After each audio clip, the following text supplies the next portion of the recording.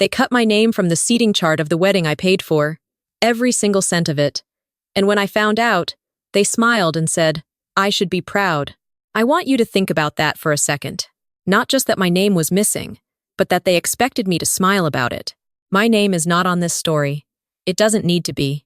But if you've ever been the one who gave everything while your family took everything, and still somehow ended up invisible, then you already know exactly who I am. I'm 32 years old. I work in financial planning. I'm good at my job. I'm good at a lot of things, actually. I'm good at organizing. I'm good at showing up. I'm good at writing checks and staying quiet, and telling myself that family is worth it. I was very, very good at that last one for a long time. My younger sister is 27. Her name is something I'll keep to myself, so I'll just call her my sister. She's the kind of person who walks into a room and immediately becomes the center of it, not because she demands it, but because our mother spent 20 years making sure that was simply how the world worked around her. My mother used to say my sister was delicate, that she needed more careful handling, that I was the strong one, the capable one, the one who could take care of herself. I was 9 years old the first time I heard that. I didn't know yet that you're the strong one was not a compliment. I thought it meant I was special. I thought it meant my mother trusted me. It took me until my late 20s to understand that what she was actually saying was, you don't need what she needs, so I'm not going to give it to you. My father left when I was 11. My sister was 6. After that, my mother leaned on me in ways that a mother should never lean on a child. I cooked. I cleaned. I helped my sister with homework. I got a part-time job at 16 and handed most of it to my mother for groceries. My sister was in dance classes and voice lessons and weekend theater programs. I was proud of her. I genuinely was. I didn't understand the imbalance yet.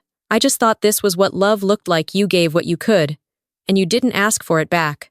I went to college on scholarships and loans because my mother said there wasn't money for me.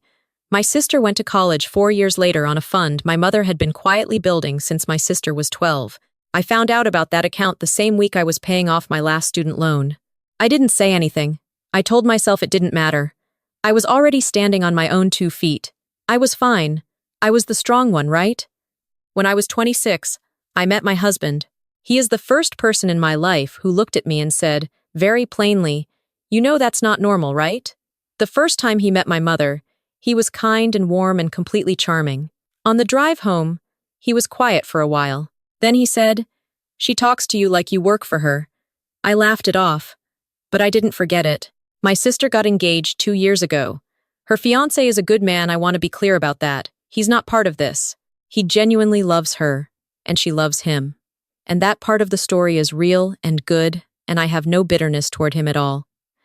What I have bitterness toward is what happened next. My sister called me on a Tuesday night, crying happy tears, telling me she said yes, and I was genuinely thrilled for her. We talked for over an hour. She said she wanted a big wedding, a real wedding, the kind she'd dreamed about since she was little. She named a venue in Savannah, Georgia, a restored plantation estate with Spanish moss and white lights and a courtyard for dancing. She'd had pictures of it saved in a folder on her phone for 3 years. She said she didn't know how they were going to afford it. I asked her to send me the quote. It was $44,000 for the venue and catering alone, before flowers, photography, dress, or anything else. When I added it all up carefully, because that's what I do, the total came to just over $71,000. I could do it. I had been saving aggressively for years. I had no debt. My husband and I had our emergency fund, our retirement accounts, our house, and then what I privately called my someday fund money I'd never quite figured out what to do with. I talked to my husband that night. He listened carefully, the way he always does. Then he said, if it makes you happy, I'll support it. But make sure you're clear on why you're doing this. I thought about it for 2 days. And the truth was, and I can admit this now, I wanted to be the one who made her dream happen. I wanted to be the sister who came through. I wanted my mother to see that I was more than capable, that I was generous, that I was good. I wanted them to look at me differently. I called my sister back and told her I would cover the wedding. She screamed. She cried. She said she didn't know how she'd ever repay me. I told her she didn't have to. My mother called me that evening and said she was so proud of me, that I had such a big heart, that she knew I'd always come through. I felt warm all the way down to my feet. I told myself this was it. This was the moment things changed between us. I should have known better. The planning started immediately. My sister was organized and enthusiastic, and had very clear opinions about everything, which I respected. It was her wedding. I attended the first 3 venue meetings with her. I sat across from coordinators and went over timelines and tasted cake and watched my sister's eyes light up over floral arrangements. And it was genuinely one of the most enjoyable things I'd done in years. My husband came to the second meeting and held my hand under the table and whispered, "You're doing something really beautiful here." I believed him. The bridal party announcement came 6 weeks into planning. My sister posted it on Instagram, a cute little graphic with all the names listed under my girls. There were 6 names. I read through them once, then again, then a third time. My name was not there. I sat with my phone in my hand for a long time. I told myself there must be a mistake. I told myself she probably just forgot to tell me first. I told myself a lot of things that evening. I texted her. I kept it light. "Hey, saw your post, so excited for all your girls. Did you want me in a different role?" She replied 4 hours later. "Oh, we talked about this. You're more like the host, you know. You're doing so much already. I didn't want to add more to your plate." There was a smiley face at the end. A heart. Like those 2 things would smooth over what she'd just said. I called my mother. My mother said, "Honey, you should take that as a compliment. She trusts you with something bigger than being a bridesmaid." I asked my mother what that meant. She said, "Well, you're the one making everything possible. That's more important." I said I understood. I hung up. My husband found me sitting at the kitchen table at 10 o'clock that night, still in my work clothes, not having eaten dinner. He sat down across from me and waited. I told him what happened. He didn't say a word for a long moment. Then he said, "So you're paying for the whole thing, and you're not in it." Not a question, just a statement, quiet and clear. I nodded. He reached across the table and took my hand and said, "What do you want to do?" I said I didn't know yet. I kept going. I told myself it was fine. I told myself the wedding was still something I was giving freely, and I shouldn't attach conditions to gifts. I wrote the first payment, $12,000, to hold the venue. I started coordinating with the caterer. I handled the photography contract. I dealt with the florist when there was a miscommunication about the centerpieces. I drove 40 minutes to pick up my sister's dress when the bridal shop had a scheduling conflict and couldn't deliver. I did all of this while my sister was in the bridal party group chat, sending pictures of bridesmaid dress options and spa day ideas and bachelorette itineraries, none of which included me. The bachelorette trip was to Charleston. 4 days.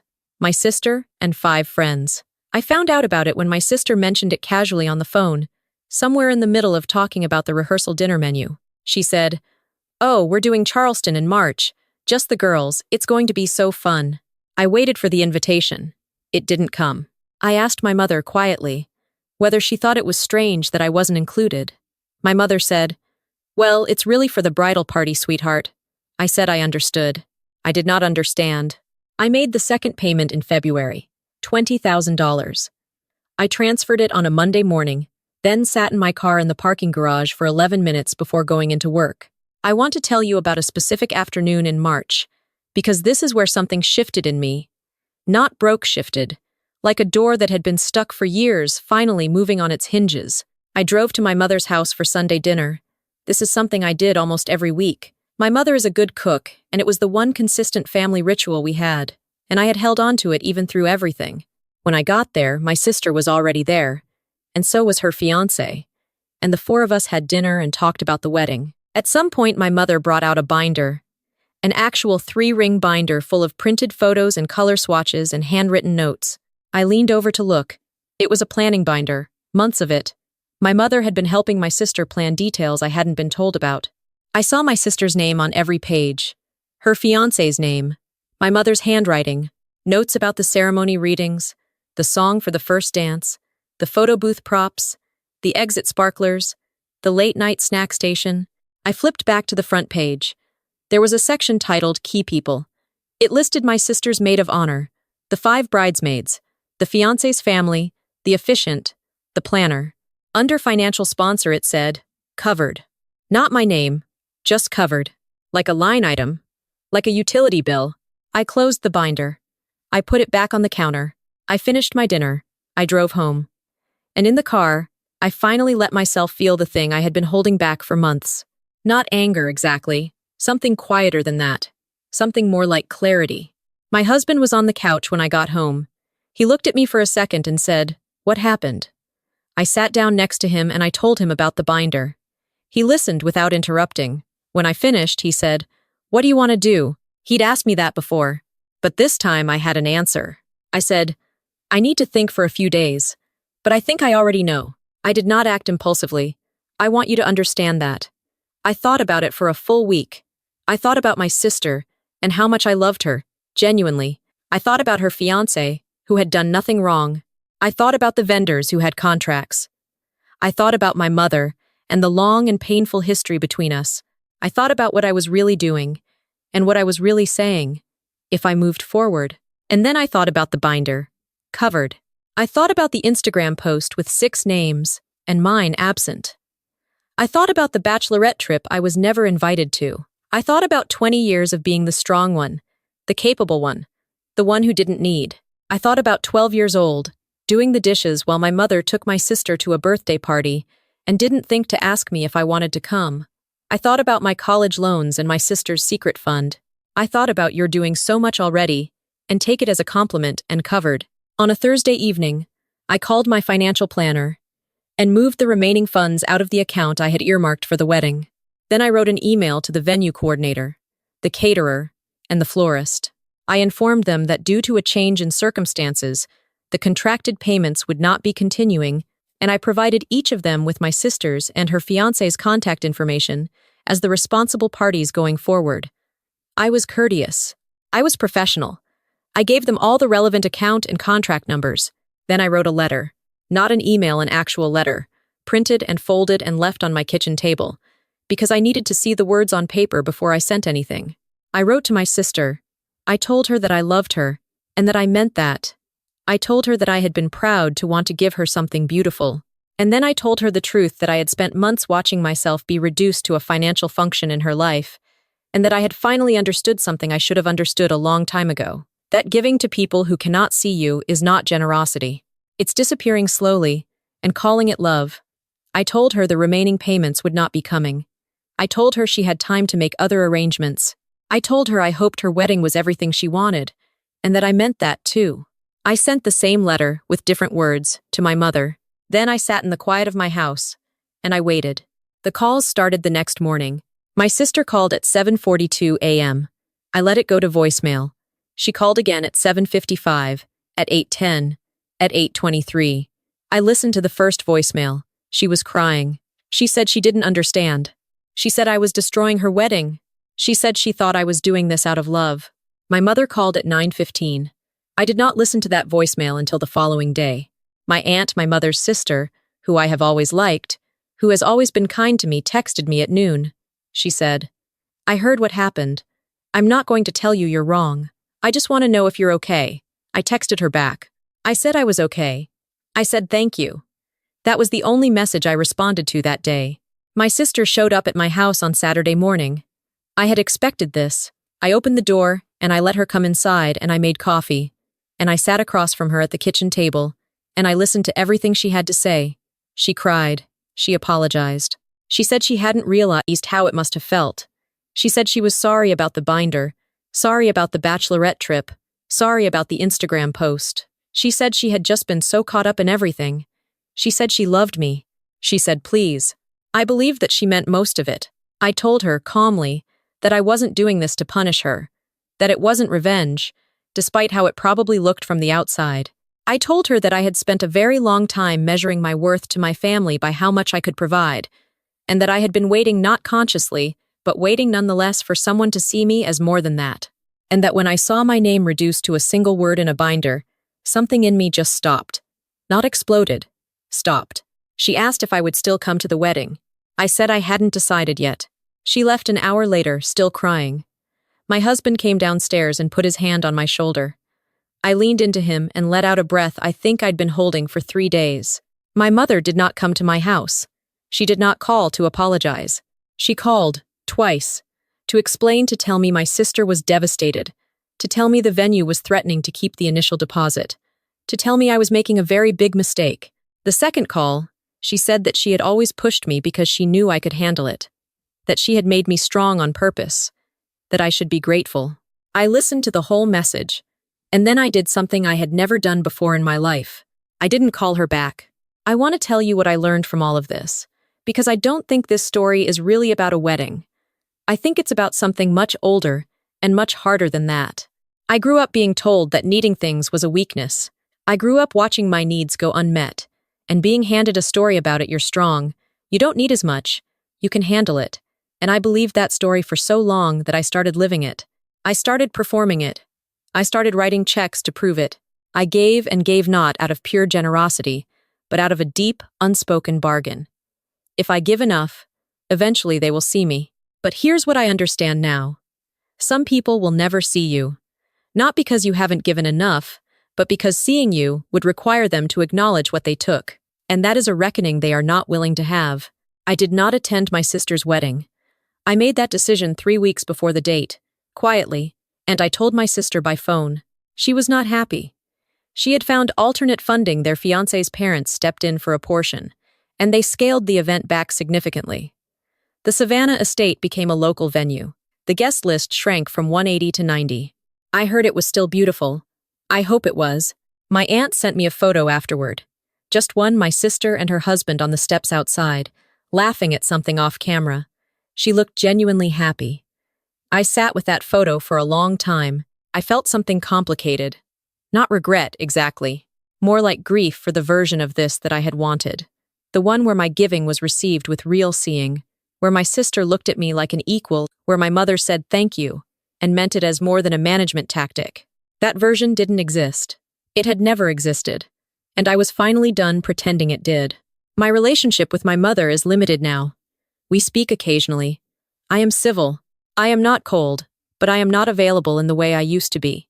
Not financially, not emotionally, not as the default person everyone calls when something needs handling. She has had to learn, for the first time, what it costs when I'm not there. I don't take satisfaction in that exactly, but I don't carry guilt about it either. My sister and I are finding our way toward something. It's slow. It requires honesty from both of us that we haven't historically been capable of. Last month, she called me on my birthday, not to ask for anything, just to say happy birthday, and that she missed me. We talked for 40 minutes. At the end, she said, "I think I took you for granted for a really long time." I said I thought she had too. There was a pause, and then she laughed a short, exhausted, real laugh and said, "I'm sorry. It wasn't enough to fix 27 years. But it was a start." My husband and I went to Italy in the fall, just the two of us. Florence, then Cinque Terre, then 3 days doing nothing in particular in Rome. On the last night, we sat outside a restaurant on a narrow street with a bottle of wine, and he looked at me and said, "You seem different." I asked him how. He thought about it for a second and said, "Lighter." I think that was the most accurate thing anyone has ever said about me. I want to say something directly to you. If you're watching this because some part of it sounds familiar, if you are the one in your family who handles things, who shows up, who writes the checks and asks for nothing in return, and tells yourself that's just who you are, I want you to hear this. Being capable is not a contract. Your strength is not an invitation for others to take. And the people who call you strong while they take from you are not celebrating you. They are managing you. There is a difference. And once you see it, you cannot unsee it. You are allowed to stop. You are allowed to put down the things you have been carrying that were never yours to carry in the first place. You are allowed to take up space in your own life, to have your name on the list, to be seen as a person and not a resource. You are allowed to give from a full place to people who can actually see you giving. That's all I have for you tonight. If this story found you at the right moment, I hope you'll share it with someone who needs to hear it. And if you've been through something like this or you're in the middle of it right now, drop it in the comments. You're not alone in this. Not even close. I'll see you in the next one.